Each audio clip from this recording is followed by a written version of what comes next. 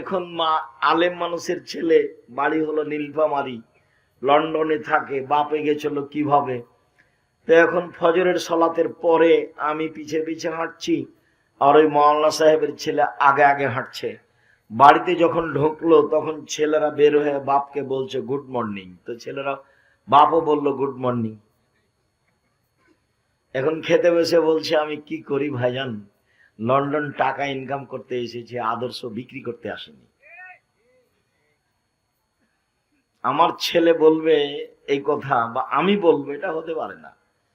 মোহাম্মদ সাল্লাল্লাহু আলাইহি সাল্লামের নীতি আসসালামু আলাইকুম, গুড মর্নিং যদি সারা জীবন বলতে থাকেন, মানে তাসবির মতো করে সুবহানাল্লাহ সুবহানাল্লাহ সুবহানাল্লাহ সুবহানাল্লাহ, গুড মর্নিং গুড মর্নিং, কিয়ামত পর্যন্ত যে বলেন এক নেকি হবে না।